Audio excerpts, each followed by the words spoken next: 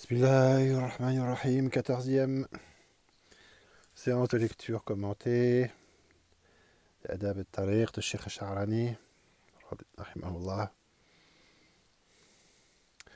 Adab 4, 5, 6, Inch'Allah. Il lui incombe de ne parler ou de ne se taire que par obligation ou par un besoin légal.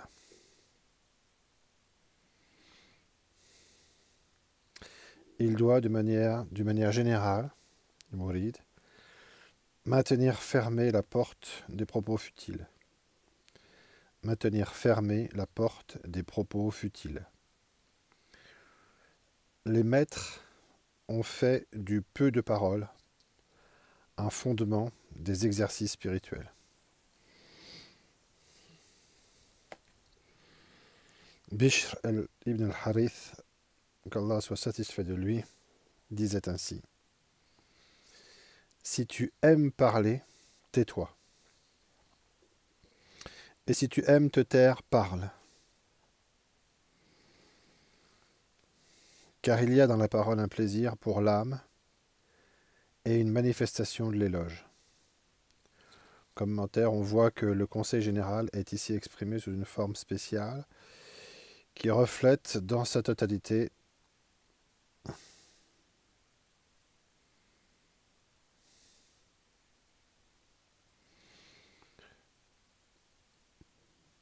un caractère paradoxal.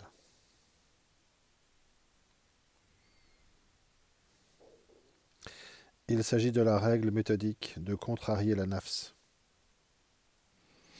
par l'action ou l'attitude contraire. Ça, c'est une des bases de la méthode initiatique.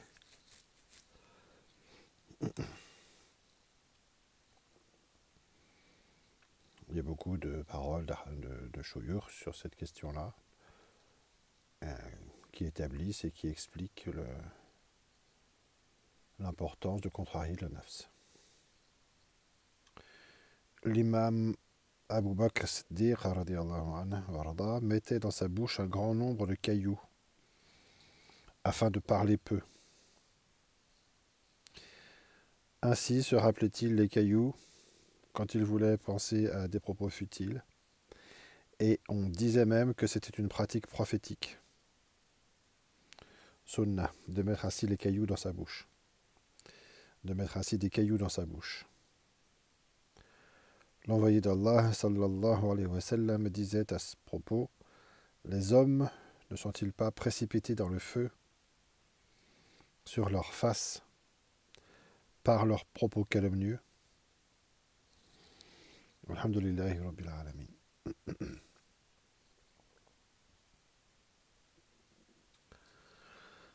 Cinquième règle de Adab. Il lui incombe min sha'nihi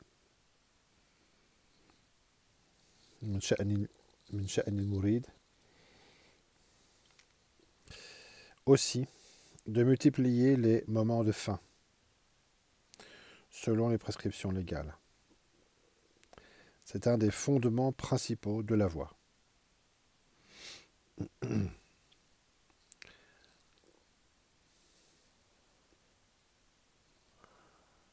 أركان الطريق أربعة أشياء: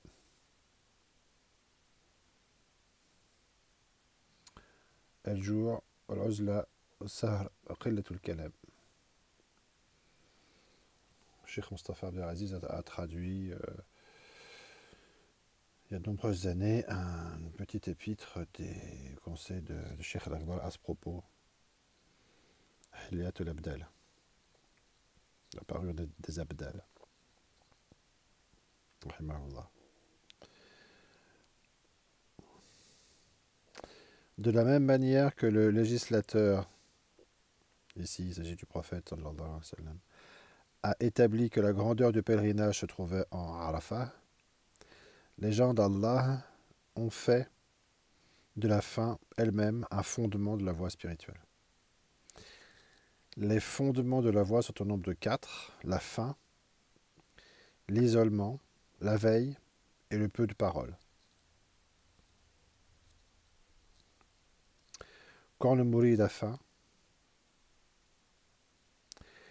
les 3 autres vertus en découlent, c'est-à-dire l'isolement, la veille et le peu de parole.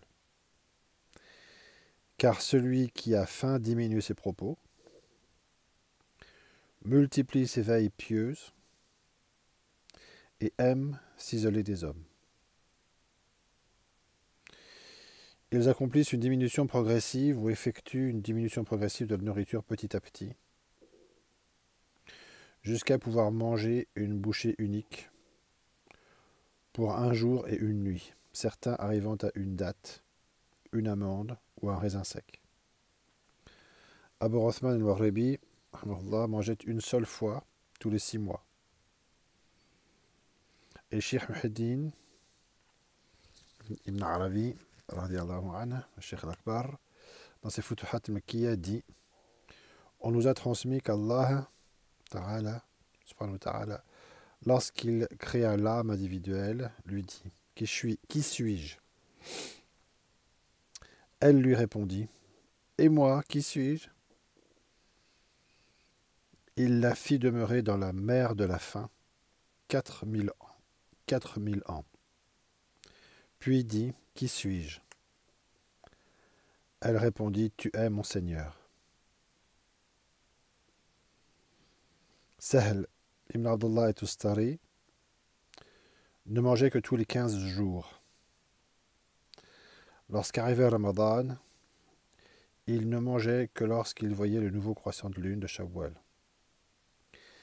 Il rompait chaque nuit de Ramadan avec de l'eau uniquement, afin de sortir de la continuité du jeûne, et disait: quand Allah créa la dunya, il mit dans la faim la science et la sagesse, et mit dans la satiété l'ignorance et la désobéissance. Fin de citation. Il se renforçait quand il avait faim et s'affaiblissait quand il était rassasié. Abu Suleyman Darani disait: la clé de ce bas monde est la satiété, et la clé de l'autre monde est la faim.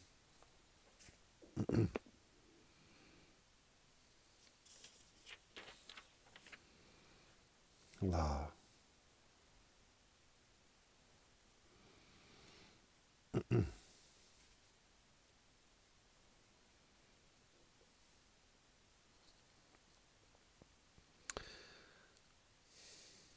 C'est-à-dire leur pratique.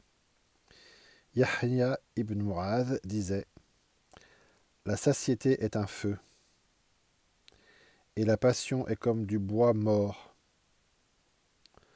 La combustion est engendrée par lui, et son feu n'est éteint que lorsque celui qui le produit est brûlé. Sahl ibn Abdullah disait: qui veut manger 2 fois par jour se construise une mangeoire, c'est-à-dire comme du bétail. Malik ibn Dinar disait: celui qui veut que le shaitan s'enfuit de son ombre, qu'il contraigne sa passion. Et les paroles des anciens concernant ce point sont nombreuses. Wallahu a'lam. 6e adab. Il lui revient de veiller à embrasser continuellement les règles de convenance spirituelle avec Allah Ta'ala.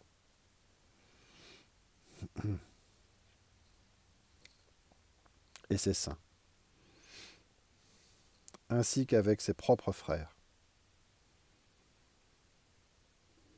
Embrasser continuellement les règles de convenance spirituelle avec Allah et ses saints, ainsi qu'avec ses propres frères. Il ne devra pas s'accorder la moindre excuse concernant un manque qu'il aura commis. Commentaire, la fonction du adab dans le soulouk est donc fondamentale puisqu'elle conditionne grandement le résultat des œuvres. Retour au texte, Abu Ali Daqqaq disait « Le serviteur atteint le paradis par ses actes,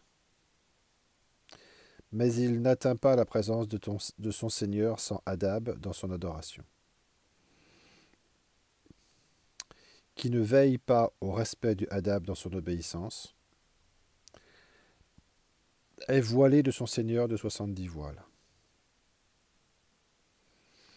Il ne prenait jamais appui sur un coussin ou sur un mur, sauf par nécessité. Il disait, c'est un manque de adab. Commentaire, il s'agit de l'application de la règle générale qui veut qu'on se comporte en accord avec celui en compagnie duquel on se trouve, ici en présence d'Allah Ta'ala. Cette règle étant évidemment applicable entre le mourid et son shir. Retour au texte, Abdullah ibn al-Jala disait « Qui n'a pas de adab n'a pas de sharia.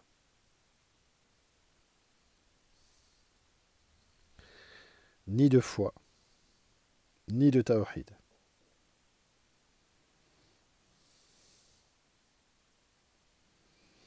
Ibn Atta disait « Le mourid n'est pas réellement bien éduqué tant qu'il n'est pas honteux vis-à-vis d'Allah, d'étendre sa jambe devant lui nuit et jour. » Comme on l'a vu précédemment, ce point d'adab est régulièrement donné en exemple du scrupule que se doit d'avoir le serviteur conscient de la présence de son Seigneur. Son application technique et disciplinaire peut varier suivant les maîtres. El-Harizi disait « Je n'ai pas étendu ma jambe en cellule d'isolement, c'est-à-dire en khalwa, durant 20 années. » Alors qu'il est réputé être seul par définition. Il disait aussi «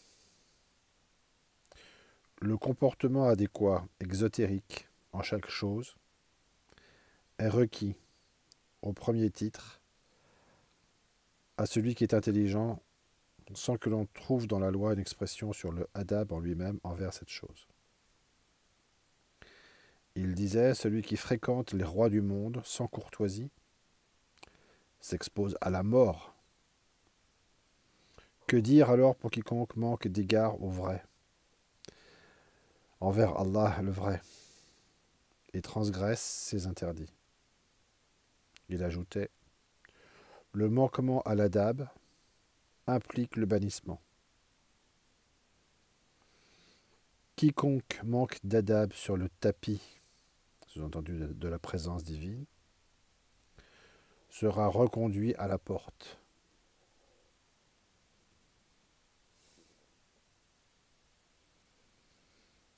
Allah.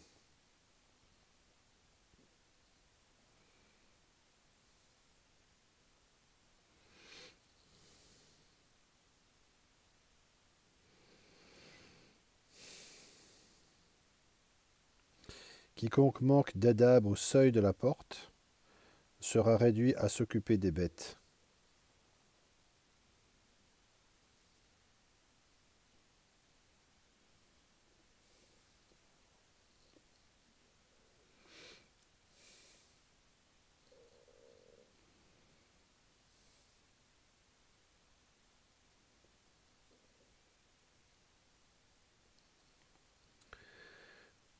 En arabe, il y a des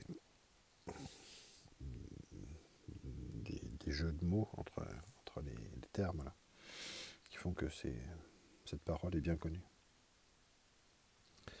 On la répète. L'imam Shafi'i, qu'Allah soit satisfait de lui, dit « L'imam Malik, qu'Allah lui accorde la miséricorde, m'avait dit « Ya Muhammad, que ta science soit moindre, comme l'est la quantité de sel dans un pain, et que ton adab soit abondant, comme la farine. » Abdurrahman ibn al-Qasim, qu'Allah soit satisfait de lui, a dit: j'ai fréquenté 20 ans durant l'imam Malik, pendant lesquels j'ai consacré 18 années à l'apprentissage du adab,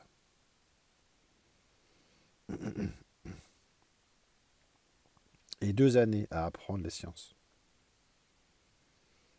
Dommage qu'elle n'ait pas été 20 années de adab.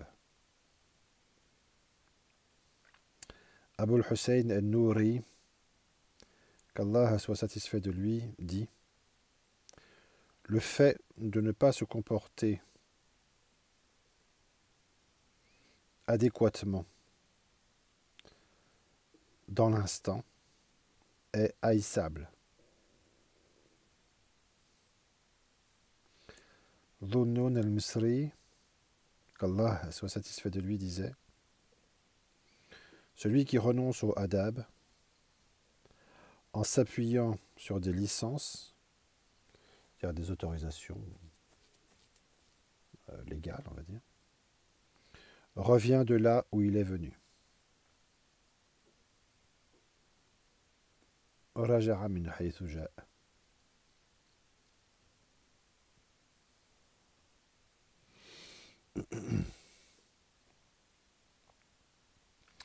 Sidi Mohammed al-Shinnawi rahimahullah a dit: lorsqu'il adhère à la voie,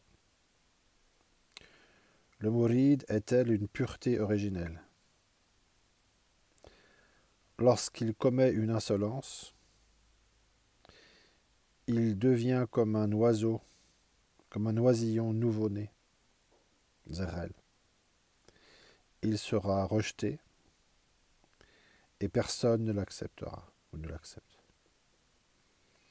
Wallahu a'lam. وصلى الله على سيدنا محمد النبي ومه وعلى آله وصحبه وسلم تسليما والسلام عليكم ورحمة الله